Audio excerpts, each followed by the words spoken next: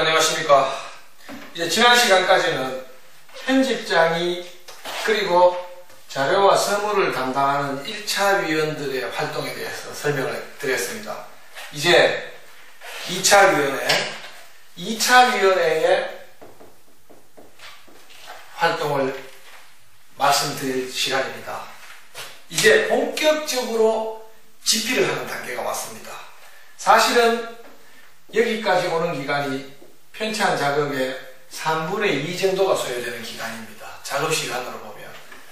이 3분의 1을 충실히 하면 여기에 작업을 하시는 분들은 크게 힘이 들지 않습니다. 그런데 사실 말이 크게 힘들지 않은 거지. 물론 이분들도 힘듭니다. 시간이 많이 걸립니다. 적어도 몇 달에서 1년 정도 걸리는 기간입니다. 이제 그 기간을 줄일 수 있는 노하우를 나름대로 말씀을 좀 드리려고 합니다. 먼저 지난 시간에 편집장이 하셔야 중요한 역할에 대해서 말씀드렸습니다만, 이번 시간에는 먼저 편집장의 유의점부터 말씀드리는 것으로 시작하고자 합니다. 이 정도 작업이 되고 나면 이제 편집장이 얼마나 중요한 역할을 해야 하는지 이제 말할 필요가 없습니다. 편찬위원회는 사실상 이런 모양으로 바뀌게 됩니다. 이전에는 위원장의 역할이 중요했다면 이제는 정말 실무적인 거기 때문에 실무를 총괄하는 편집장의 역할이 중요합니다. 편집장께서 중요하게 생각하셔야 될 게 있습니다. 첫 번째가 자기관리입니다. 편집장은 벌써 1차 단계에서부터 자료를 쭉 읽어오시고 했기 때문에 벌써 많은 시간을 교회사 편찬에 투자했습니다. 이후에도 여전히 이제 여기에 계시는 분들은 써온 글을 읽어보고 이런 일을 하시면 되지만, 이제 편집장은 이제 정말로 일을 시작해야 될 단계입니다. 말하자면. 따라서 편집장은 첫째 자기 시간 관리 필요합니다. 두 번째 고유한 이야기입니다만 위원 관리, 여기에 있는 사진 담당하고 집필하고 자료하고 이런 위원들 관리해야 되겠고, 편집장 고유의 업무라고 볼 수 있는 전체 교회사의 흐름, 통일성, 이 부분을 유지하는 것도 편집장에게 무척 중요한 일입니다. 별로 강조드리지 않아도 되겠습니다만, 위원장이나 이런 다른 분들과 집필위원들 사이에 가교 역할을 하는 이런 일들도 중요하겠고, 또 사실상 앞서 말씀드린 인터넷 카페 소통 체계를 운영하는 분도 편집장이기 때문에 여러모로 편집장의 역할이 이제 본격적으로 바빠지기 때문에 편집장께서는 이런 부분에 적극적으로 이제 유의하시고 신경을 쓰셔서 준비를 하셔야 되겠다는 생각이 듭니다. 다음으로 이제 집필자입니다. 집필자. 첫 번째 집필자는 편집장의 조언을 듣는다라는 기본적인 자세가 필요합니다. 교회사를 편찬해보면 일단 집필을 하면 집필을 하는 순간 뭔가 모르게 자기 나름대로의 사관을 갖고 싶은 욕구가 생기게 되어 있습니다.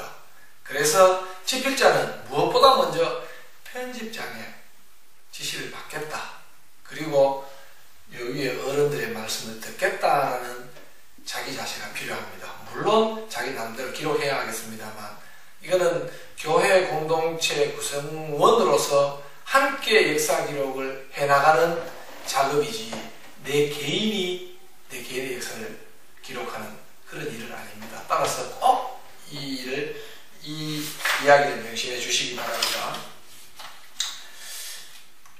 편집장은 전체를 관장하고 있는 분이기 때문에 내가 쓰는 어떤 특정한 내용과 관련해서 전후 맥락을 다 이해하고 있는 분은 편집장이라고 볼 수 있습니다. 그래서 집필자들은 편집장을 절대적으로 신뢰하고 또 조언을 구하는 자세가 필요합니다.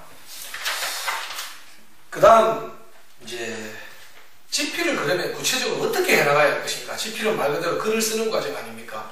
편집장으로부터 가려내고 모아낸 그 주제별로 정리된 원자료로부터 추출해낸 그 자료를 집필자들은 받았습니다.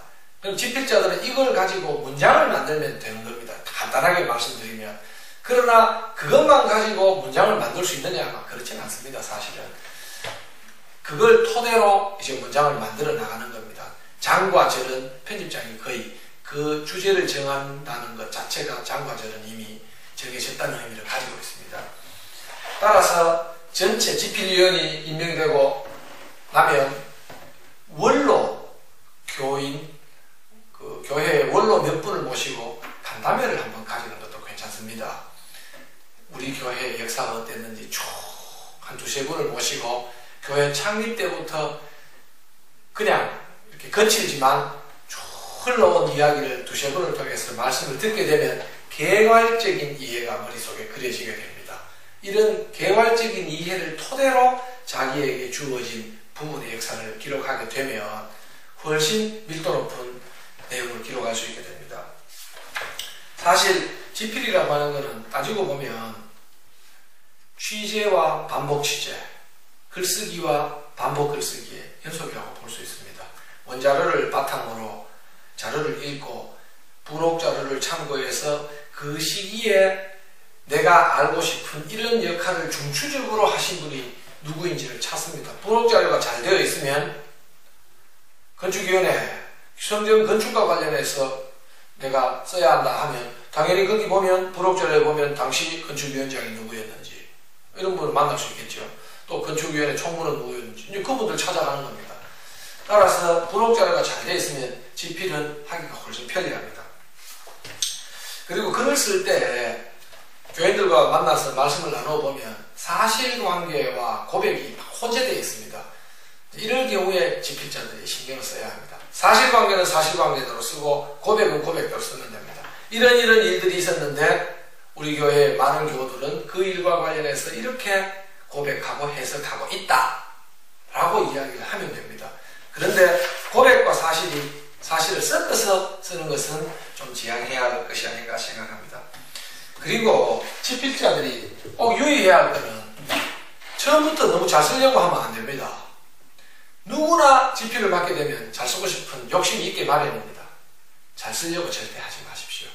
그냥 맡겨진 소임을 담당하게 감당한다 이런 낮은 자세로 쓰는 게 좋습니다. 그리고 글을 쓸 때는 목차부터 정해진 목차에 따라서 차근차근 써나가는 게 가장 효과적입니다. 내가 어떤 부분을 취재하기 위해서 교회의 장로님을 만났다. 근데 이 장로님은 그 부분뿐만이 아니고 다른 여러 부분까지 이제 말씀을 해주십니다. 그 장로님 이야기를 우선해서 여기저기 막 쓰기 시작하면 한도 끝도 없습니다. 내가 필요한 부분에 말씀을 듣고 다른 부분을 쓸 때는 그 장로님을 다시 만나십시오. 한 번 만나서 모든 걸 해결하겠다고 하면 오히려 시간이 더 많이 걸립니다. 그리고 역사기술이니까 전후 맥락을 잘 이해하고 써야 하는데 전후 맥락을 이해하고 쓸 수 있는 방법이 뭔가 하면 작업을 압축적으로 집중해서 하는 것입니다. 오늘 작업을 하고 이런저런 바쁜 일이 있어서 이번 주간에 못하고 다음 주간에 하려고 했는데 또 이런저런 일이 있어서 잠깐 건너뛰어서 열흘 정도 지나면 막상 펜을 잡게 되면 맥락이 감이 안 옵니다. 그래서 나에게 주어진 작업 시간이 3시간 정도 오늘 작업을 할 수 있다고 하면 맥락 잡는데 한두 시간 다 허비하고 맙니다. 작업 능률이 안 오릅니다.